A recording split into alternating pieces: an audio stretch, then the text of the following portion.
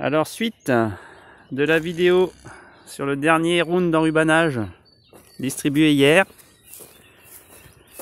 où je vous avais montré qu'elles n'avaient pas forcément beaucoup d'intérêt pour de l'herbe comme ça en cette saison là, maintenant que de l'herbe conservée, hein, maintenant que l'herbe pousse. Alors du coup, pour pas trop perdre, j'ai quand même limité leur possibilité de manger autre chose en réduisant un peu la taille de la parcelle, donc elles ont eu moins d'herbe à pâturer, de façon à ce qu'elles se concentrent un peu plus sur l'enrubanage. Bon, donc elles l'ont un peu mieux mangé, hein, mais c'est pas la folie non plus. Hein. Il reste un bon tas. Ça sent bien bon l'enrubanage. Mais voilà, c'est pas ce qu'elle préfère, comme on l'a vu. Donc, ça tombe bien que c'était mon dernier. Puisque maintenant, l'herbe est bien là. On va pouvoir passer au pâturage 100% herbe. Plus besoin de distribuer d'enrubanage pour la saison. Alors on va leur ouvrir le passage de l'autre côté.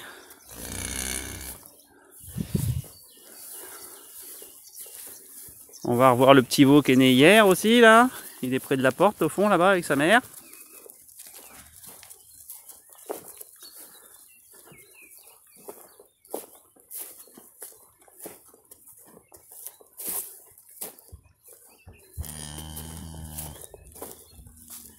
Voilà, donc il est bien debout, bien veau comme il faut. Et nous, on fait passer le troupeau. Allez! Allez, viens, viens, viens, viens, viens!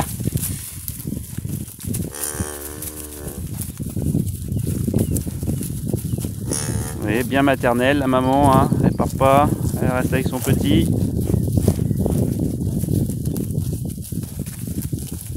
Il n'est pas trop farouche.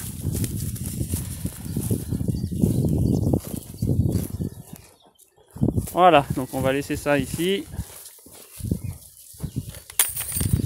Alors la question, est-ce qu'il faut donner l'enrubanage, le foin, tout ça dans un râtelier? Est-ce qu'il faut le mettre par terre? Donc on peut faire un peu comme on veut.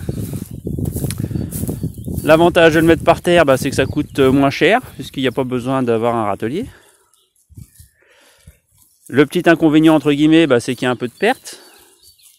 Mais comme d'habitude, toute matière organique qui tombe au sol n'est pas perdue pour tout le monde. Donc même si les vaches ne le mangent pas, ça sera mangé par le sol. Donc là on voit ici un enrubanage qui était sur une base de paille de céréales, qui a été mangé il y a quelques mois. Et vous voyez là, à cette époque-là, ils en mangeaient beaucoup, donc il ne reste plus beaucoup en quantité. Et ça va repartir au sol. Voilà, ça fait de l'amendement, un petit mulch de surface là, et puis ça va être dégradé tranquillement par le sol. Alors quand il y a des plus grosses quantités comme ce qu'elles m'ont laissé avec mon fameux enrubanage d'herbe là, hier, l'idéal c'est ou bien de le rééparpiller un peu sur toute la prairie là, enfin autour, ou bien pour le potager. Voilà, on récupère ça, on le met sur le potager, sur le sol, ça nous fait du paillage, ça va nourrir notre sol du potager, ça lutte contre les mauvaises herbes,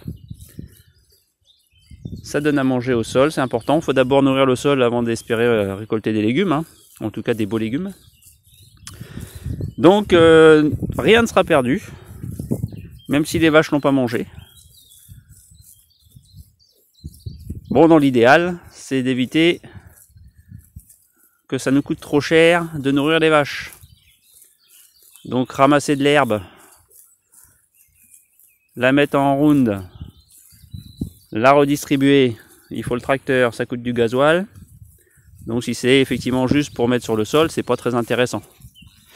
Mais ponctuellement, pour les 2 mois d'hiver où il y a besoin d'un petit complément, voilà. On s'autorise à compléter avec de l'herbe enrubanée. Ça pourrait être du foin, mais au final, c'est plus facile de faire de l'enrubanage. Il y a moins besoin de matériel.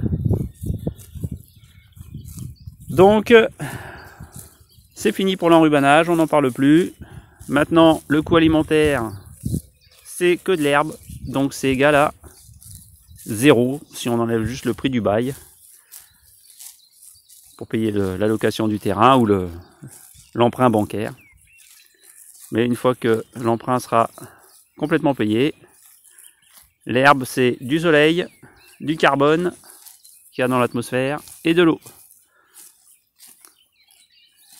L'herbe ça pousse tout seul. Si on la pâture de manière réfléchie, donc l'aliment pour les vaches, il est à peu près égal à 0. Bon, bah sur ce, je vous souhaite à tous une bonne fin de journée. À bientôt.